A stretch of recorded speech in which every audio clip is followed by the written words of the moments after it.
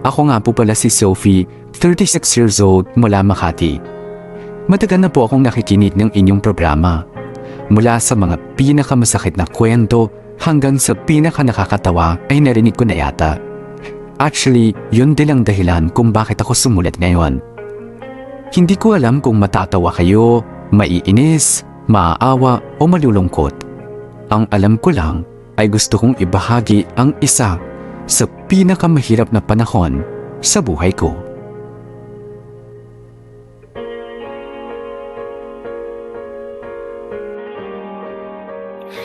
Paano kaya kung pabango na lang kaya? Lagi namang mabango yun tsaka ang laki na ng perfume collection nun.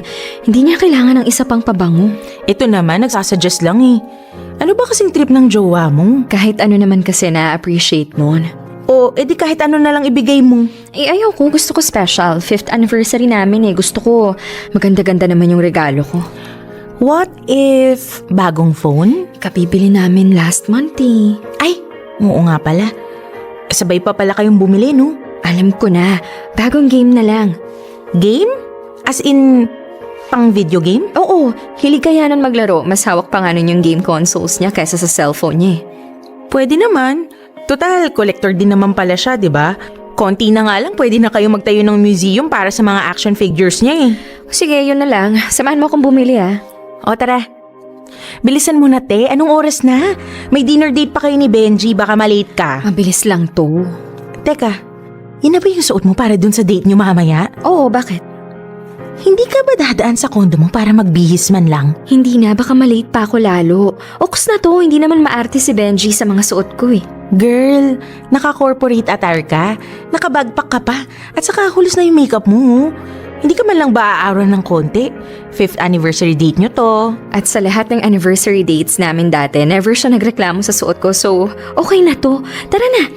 Okay, sabi mo Ikaw lang naman yung magmumukhang ewan dyan sa pictures. Anong pictures? Sa ano nyo ni Benji, bakit hindi ba kayo nagtitake ng picture sa date nyo? Hindi masyado, bakit? Edi okay. Weird mo. Anyway, let's go.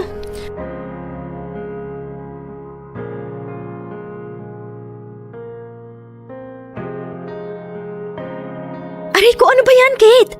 Umayos ka kasi. Pag ito lumagpas ha. Bakit kasi ngayon mo pa naisipang ayusin tong kilay ko? Hindi kasi pantay yung gawa mo. O ayan. Tigilan mo na nga. Ayan na yung restaurant to. Bababa na tayo. Ay nako, sige na nga. Thank you po, kuya. Thank you po. O teka, bakit bumaba ka rin? Akala ko magpapahatid ka sa inyo. Ay, oo nga pala no. Ano, Kate? May date ka rin? Yung totoo, girl. Okay ka pa ba? Ay teka, alam mo, pumasok ka na lang dun sa loob. Tatawag na lang ako ng bagong taxi. Sure ka? Oo, bilisan mo na. Okay, chat mo ako pag nakauwi ka na, ha? Yes po. Good evening po. Teka, ano to? Hi, Bob. Akala ko ba dinner lang? Yes, dinner but with a twist. Anong twist? Sophie, I know I love you from our very first date nung sinalo mo yung bill kasi naiwan ko pala yung wallet ko. I know I wanted to hear your laugh every day nung ikaw lang yung tumawa sa napaka-corny kong joke nung high school reunion natin. And I know I want to spend every day with you nung naging magkatrabaho tayo sa first jobs natin at sabay tayong pumapasok parate. I know I love you from the moment I saw you. Kaya, Sophie, will you marry me? Yes!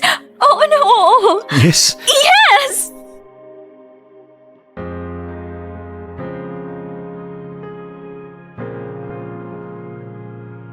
Five years na kami ni Benji at sobrang saya ko na finally, ikakasal na ako sa taong mahal ko.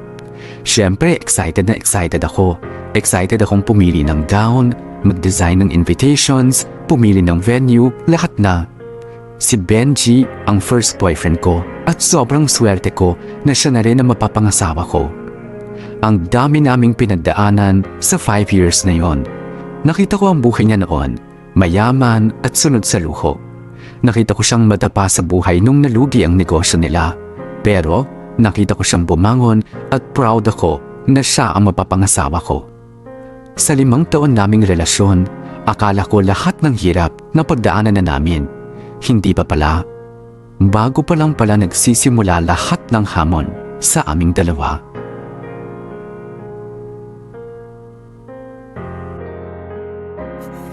Love, Gising na, di ba may lakad kayo ni Kate? mamaya pa yun eh. Bumangon ka na please. Sige na, I make breakfast. Hindi na sunog yan ah. Hindi na po. Hindi na ulit ako makakasunog ng tosino at itlog para sa misis ko. Naks, sa misis. Siyempre. What else I'm gonna call you? Ayaw mo ng ano, baby, babe, mahal ko. Ayaw mo ng misis ko? Corny mo, sige na nga, babangon na ako. Dapat lang, 8:05 no. I thought 9 a.m. yung lakad yun ni Kate. Diyos ko, laging late yun. Pustahan, baka alas 10 pa yung dumating sa meetup namin. Ikaw ba, anong lakad mo today? Well, I'm meeting the guys. Sinong guys? Sina Raymond tsaka si Charles. Sasamahan nila ako dun sa magtatahi ng suit ko. Naks, lalo ka ng popogi niyan. Of course! Tapos baka gumala na rin kami after. Okay, wag kang iinom kung magdadrive ka. Yes, ma'am. Eh, yun palang relatives mo sa abroad, yung tita-tito mo, i-invite ba namin sila? I don't know. Alam mo naman yung mga yun. Hanggang ngayon galit sa akin dahil doon sa nangyari sa pera nila mama at papa. Ang laki ng galit nila. Di ba nila alam kung gaano rin kahirap sa'yo yung nangyari? Let's not talk about them. Even if hindi sila dumating, at least nasa kasal naman sila Tita Ria at saka si Cyrus. Correct. Kami na lang ang pamilya mo. Kayo naman talaga eh. Alam mo, simula nang mag-propose ka, lalo ka naging maharot. Talaga ba? Oh, himala. Why? Nag-text si Kate, andun na raw siya sa meetup place namin. Ang aga? Oo nga eh, wait, kakain na ako't maliligo kasi tatalakan ako nito pag ako yung nalate. Sige na, bilisan mo na.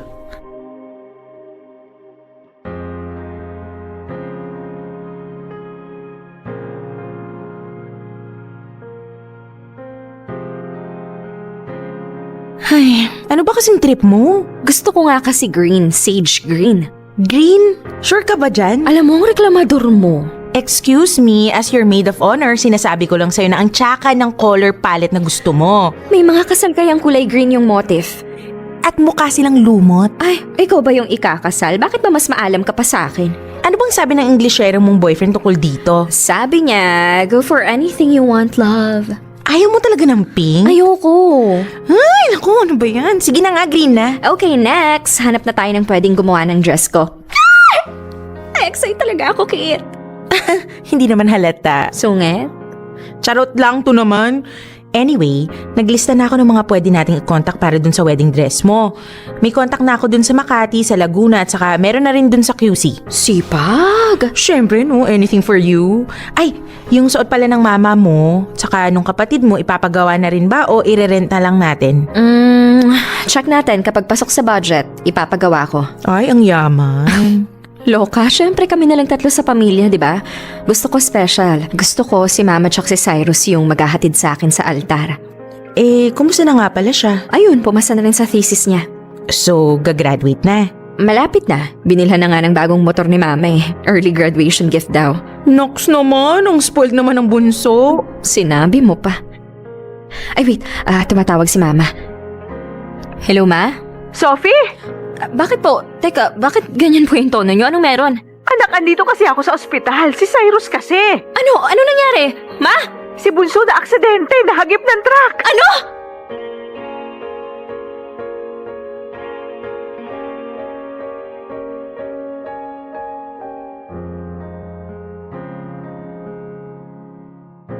Hindi ko alam kung paano ko nadala ang sarili ko sa ospital ng ganong kabilis. Habang naglalakad ako papalapit kay mama, pinipigilan ko ang luha ko. Kailangan kong maging malakas dahil alam kong sa akin siya kakapit. Pero pagkakita ko sa kapatid ko, ay halos hindi ko na siya makilala.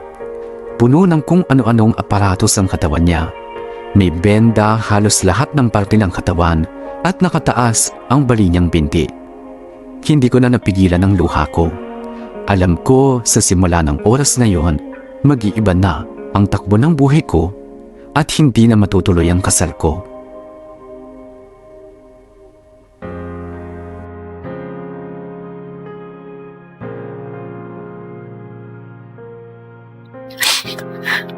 Bob, are you okay? Okay lang. Tara na. Tara. Si Tita, is she with Cyrus na? Oo, nasa kwarto na siya. What time do you need to be back here tomorrow? Kahit sa gabi pa may pasok ako bukas eh. May pasok ka? I thought you filed a leave. Hindi na. Kailangan ko ng pera eh. Bob, Sige na, tara na, uwi na tayo. I have some savings naman eh. Pwede natin gamitin yun. Benji, pera mo yun. Hindi mo kailangan galawin para sa akin. But I want to. Bob, huwag na nating pagtalunan to, please. Umuwi na tayo, pagod na ako. Okay, tara.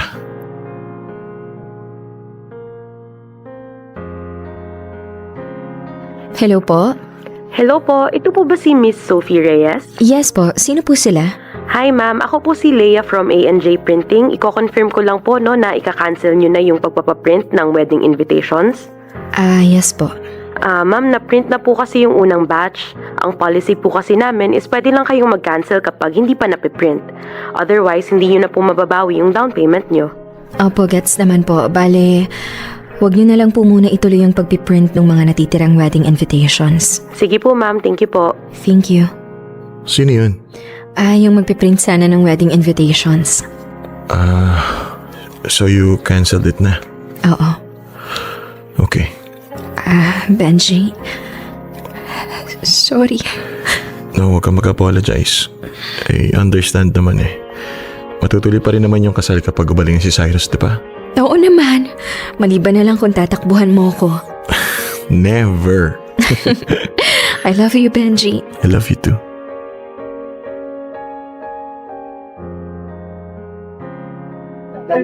Huy, legit ba to, te? Oo. Umabot na nagpas 200K yung bayarin nyo? Isang linggo na si Cyrus sa ospital eh. Daming bali sa mga buto niya. Ilang surgery yung kinailangan niya. So, ewan ko na. Paano mo mababayaran ngayon to? Hindi ko na rin alam. Paubos na lahat ng savings ko kahit nga si Benji naglalabas na rin ng sarili niyang pere. Nahihiya nga ako eh. Sabi ko ayaw ko pero minsan hindi ko na rin talaga matanggihan. So, kailangan talaga, no? Oo, maglo-loan na rin naman ako. May kakilala si Benji sa bangko so ayun, aasikasuhin ko na lang din. Ano yun? Wala akong sinabi. Kaya nga, alam ko na yung mga galawan mong ganyan. May gusto kang sabihin pero hindi mo masabi. Kasi... Wag na nga. Feel ko kasi hindi ka rin naman payag. Ano nga yun? May kakilala kasi ko na naghahanap ng kausap. Kausap? Kausap lang, promise. Walang bahid ng kahit ano. Binubugaw mo ba ako? Hoy, hindi no sex, no commitments, no attachments. Kausap. Parang sugar daddy, ganyan. Walang joke, hindi ko gagawin yan. Ano ba? Willing magbayad to ng kahit magkano? Legit. Saan mo ba napupulot yung mga yan? Bakit alam mo yan, ha? Kasi nga, ginawa ko na to dati. Ewan ko sa'yo. Pinapalala mo lang yung stress ko. Alis na ako. Huy, hindi naman kita pinipilit, no? Sinasabi ko lang just in case, di ba? Tigilan mo ako, Kate, ha? Medyo nakaka-insulto na ganyan yung iniisip mo sa akin. Bakit? Wala namang masama dun eh. Makikipag-usap ka lang. Sira ulo. Huy! Sophie! Hello, Ma? Anak, Bakit po? ililipat na raw sa ICU si Cyrus eh.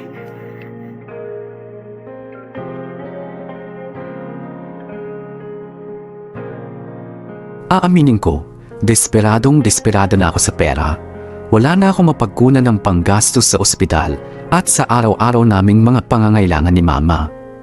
Hindi rin ganun kalaki ang sahod ko bilang isang copywriter at lahat na yata ng kaibigan na pwede kong utangan ay nautangan ko na. Ayoko rin namang gastusin ni Benji yung ipon niya. Ayoko rin kumapit sa patalim pero nung mga panahong yon, hindi ko na talaga alam kung anong gagawin ko.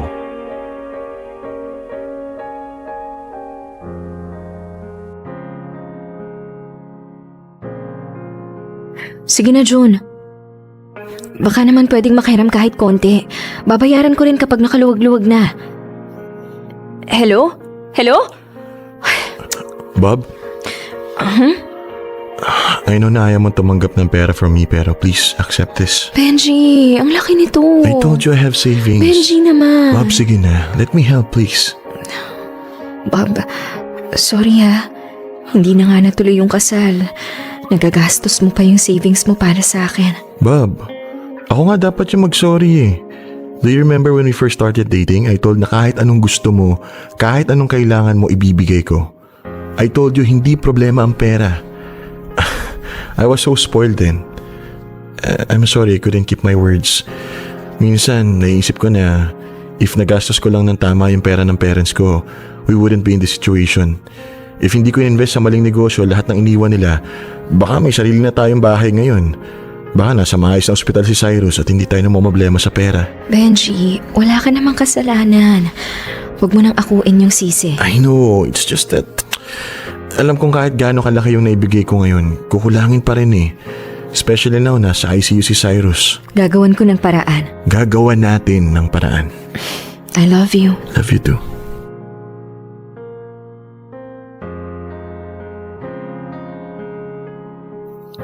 Hello? Kate? Ano, galit ka pa ba sa akin? Actually, payag na ako. Payag na? Ipakilala mo na ako dun sa taong yon. Uy, sure ka ba?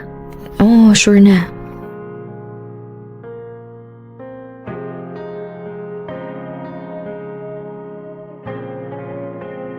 Kabado ka ba? Medyo. Huwag ka nang kabahan. Mabait naman yan eh. Anong gagawin ko pagdating ko dun? Makikipagtsikahan. Shikahan na, hindi tsuktsakan. Hindi nga, mabait yan, promise. Gusto lang talaga ng kausap. Oh, basta ito ha. Room 1018 kayo. Mag-hello ka lang pagdating mo, okay na yun. Sige na.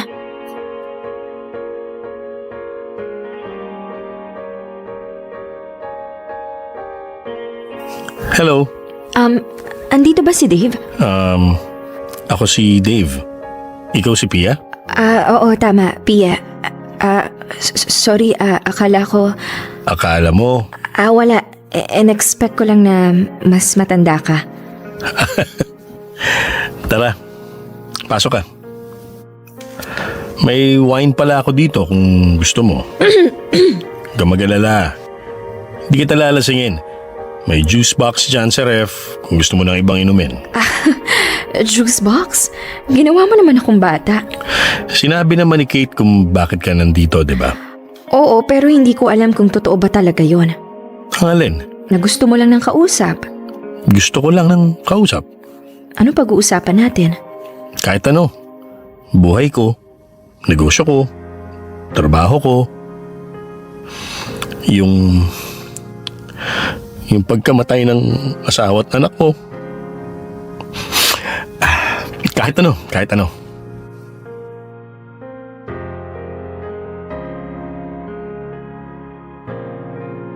Hindi ko pala kayang makita na nahihirapan si Benji. Hindi ko pala kaya na makitang isinusubsob niya yung sarili niya sa trabaho. Sinasakripisyo niya yung ipon niya at sinisisi niya yung sarili niya dahil sa tingin niya ay kulang pa lahat ng ginagawa niya para sa amin. Ang sakit-sakit sa akin na makita siyang ganon. Kaya kahit puno ako ng takot at pagdududa ay mas pinili kong makipag-usap kay Dave. Maniwala man po kayo o hindi, wala talagang nangyari. Puro pag-uusap, pag-vent out at pag-iyak ang nangyari.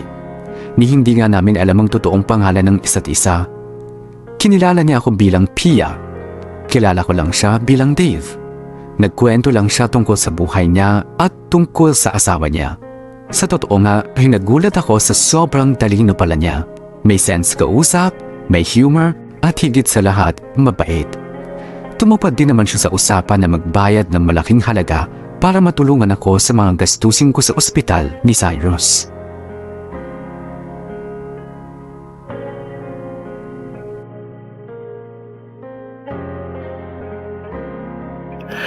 Tapos eto pa. Nung bata kasi ako, gusto ko ipasok sa modeling ng mga magulang ko. Ako, sobrang mahihain ko. Tas parang may isang beses na dadali nila ako sa audition. Ayoko. So, anong ginawa mo? Lactose intolerant kasi ako, di ba? Ginawa ko, kinuha ko yung mga gatas sa ref. Tapos, ininom ko lahat para matay ako. Ano yun? Para meron sila kung hindi pumunta, di ba? Kasi, paano kung rumampa ako doon tapos bigla akong mapatay? Nakakahiya. Mapapahiya magulang ko. Kaya ayun, hindi kami natuloy. Tas ever since, hindi na nila ako pinilit mag-audition sa mga ganun-ganun. Kaya ginawa ka na lang na negosyante. Oo. Alam mo, hindi halata sa'yo na mayaman ka. Bakit? Kasi hindi ako Inglesero o kaya konyo. Oo. Laking probinsya eh. Andun lahat ng negosyo namin. Ano-ano ba? Groceries, franchise ng mga fast food, gasolinahan. Ang dami! Alam mo, hindi halata sa'yo na palamura ka. Hindi naman talaga ako madalas magmura eh. Kapag kasama lang kita, hindi ko mapigilang magmura. Para kang yung asawa ko eh. Pag ibang tao kaharap, ang hinhin. Kapag ako na yung kausap, barumbado. Hoy, hindi ako barumbado Minsan kaya, Sira ulo. tinan mo na. Tumigil ka nga. Kumusta na pala yung kapatid mo? Paano mo nalaman yung tungkol sa kanya? Nabanggit lang ni Kate. Sorry. Alam kong medyo lagpas sa boundaries natin yun, pero ang ingay kasi ni Kate eh. Alam ko. Ayun, nasa ICU pa rin. Hindi namin masabi kung mas umaayos ba yung lagay niya o hindi. Eto, Ano to? Teka. Ang laking pera nito, Dave. alam ko. Wait lang, hindi ito yung usapan natin. Pia, sige na. Tanggapin mo na. Alam ko yung pakiramdam na mawala ng pamilya. Ayokong mangyari yun sa'yo. Thank you, Dave. Bakit? Parehas na parehas talaga kayo. Nino? Nung asawa ko. Alam mo, gets ko na eh. Ang alin? Hindi ka na-recommend sa akin ni Kate dahil lang kailangan mo ng pera. So dahil ba alam niyang pareho kami ng asawa mo? Oo. Sorry kung di ka komportable. Hindi okay lang. Kaya nga ako nandito para samahan ka. Kahit anong awkward or uncomfortable nung topic, okay lang. Namimiss ko lang talaga yung mag-ina ko eh. May bahay na kami. Lilipat na dapat kami.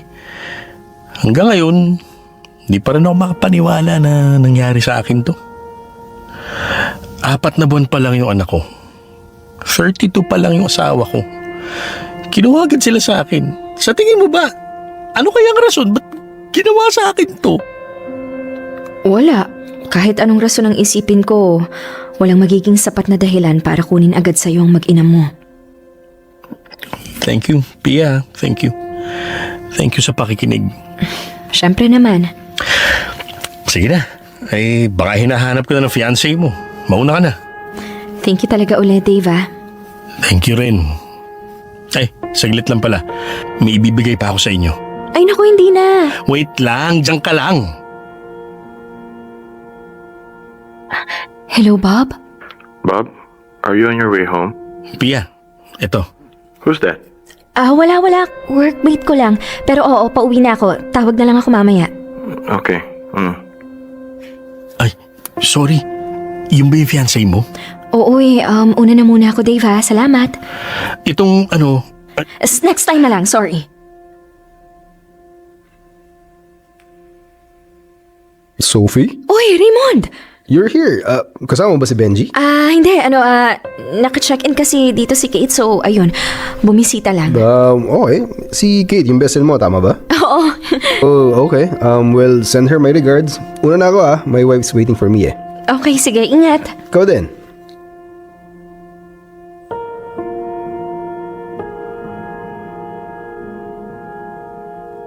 Grabe ang kaba ko nung araw na yon. Sobrang natakot ako na baka mabanggit ni Raymond kay Benji yung pagkikita namin.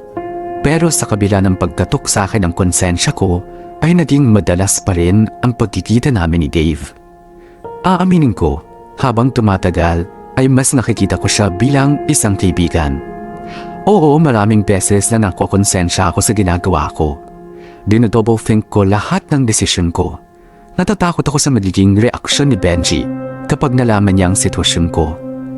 Pero alam ko rin naman sa sarili ko na wala akong ginagawang masama. Nakikipag-usap lang ako sa isang taong handang tumulong para mailigtas ko ang kapatid ko. Desperada na ako at alam kong kailangan ko siya para sa pera niya at kailangan niya ako para saluhin lahat ng lungkot niya.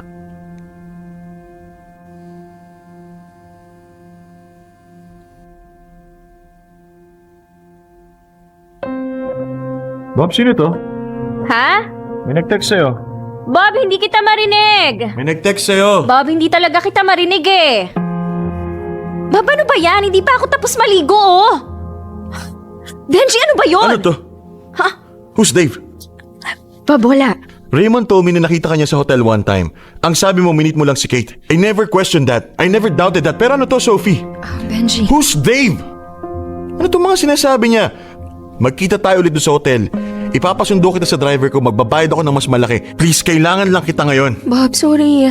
Promise, wala kaming ginagawang kahit ano. Ano ba, Sophie? Paano wala? Nag-uusap lang kami. Kinakausap ko siya tungkol sa mga problema niya at binabayaran niya ako. Hindi ka therapy, Sophie. Huwag mo akong lokohin, please. Pihira naman, oh. Benji, wait lang please. Huwag mo ako kausapin. Benji, wait lang please. Balak ko naman talaga sabihin sa'yo. Balak mong sabihin sa akin? Benji, Balak mong sabihin sa akin na nagkipagkita ka sa ibang lalaki? wala kaming ginagawa, promise. And how do I believe you? Nasa isang hotel kayo, binabayaran ka niya. Patago kayo nagkikita, ano yun? Ay, hindi ko gagawin sa'yo yun, Benji. But you did! You just did! Hindi pa ba ako sapat? Ha? Hindi pa ba sapat na wala akong tinitira sa sarili ko para mabigay ko sa iyo lahat, ha? Ano pa bang kulang, Sophie? Wala.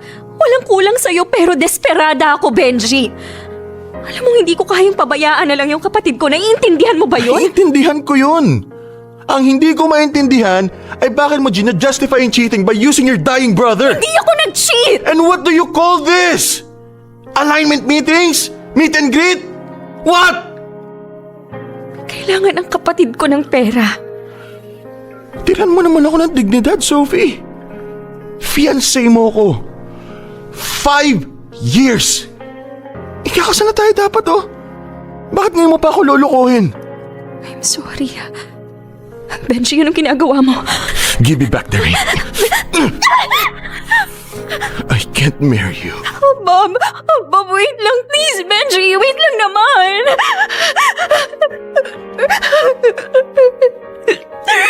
Sorry.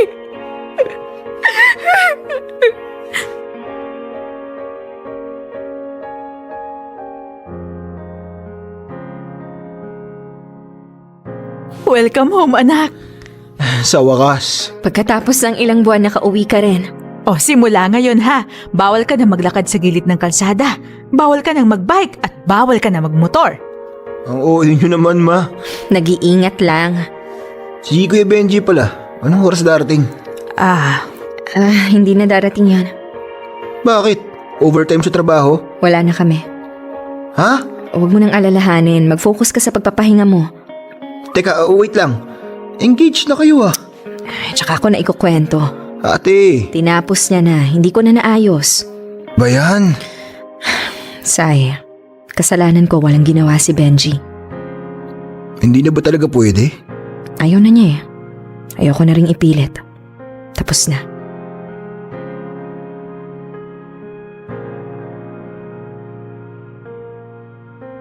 Nailabas namin ng ospital si Cyrus, pero hindi ko na naibalik ang relasyon namin ni Benji.